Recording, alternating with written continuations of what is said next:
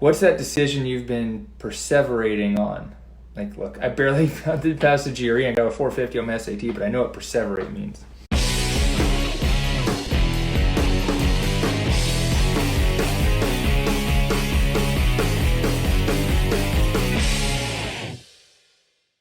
The number one thing you need to do right now is stop making excuses.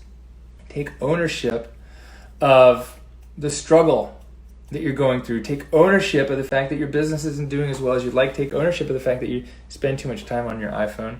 Take ownership of the fact that you would rather avoid hard conversations because it sucks getting rejected and people telling you no. Take ownership of your success.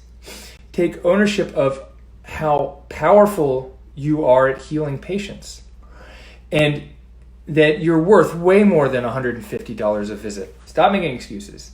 Take ownership of your power. Take ownership of your impact. Take ownership of your problems and solve them. And if you can't solve them, find someone who can. More information is just a distraction. More information is more stuff that you can't do anything with, right? Sometimes you need more information.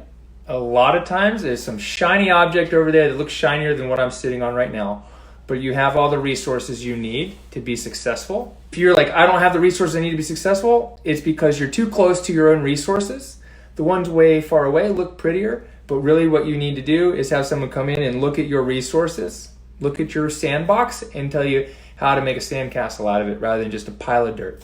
Because you know, those sandcastles at the park where you take your kids is just a bunch of dirt under about a ½ inch of sand. Stop doubting your decisions because you're smart, and that's probably what's getting in your own way, is you're too smart.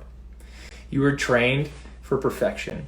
You were trained to get it right every time. You were trained that if you knew you couldn't get an A or a B in class, you didn't take it. Like, that's what I did. I went to Duke University. If I knew that I couldn't get a B in a class, I just didn't take it. Here's what you need to start doing is taking action every day on your goals, on your dreams. Right now, make a list and just knock them off.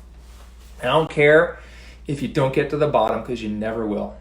If you're a dreamer, your list is gonna be big and you will never get to the bottom. The bottom of your list is for other people in your life, people you delegate problems to. You stick with your 5%, delegate the rest. That's what we talked about at my mastermind last weekend. We did a business and personal happiness audit, and we talked about our 5%, your goal, and how to stay there. Your goal is to be in your 5%, your happy zone, your zone of genius.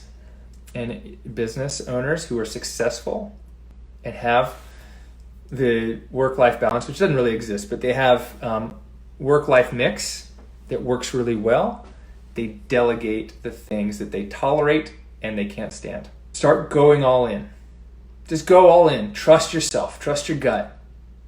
Trust it. Like, I talk to my wife about this a lot. Like, her gut, she resonates, like, it's always right. Her gut feeling's always right. It's probably the same with you.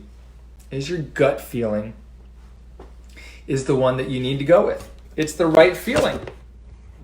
The same thing happens to me. Like, I knew this was going to be a patient that was going to be a problem. We probably shouldn't keep them. I had a gut feeling. We had a couple problem patients in the last 2 months.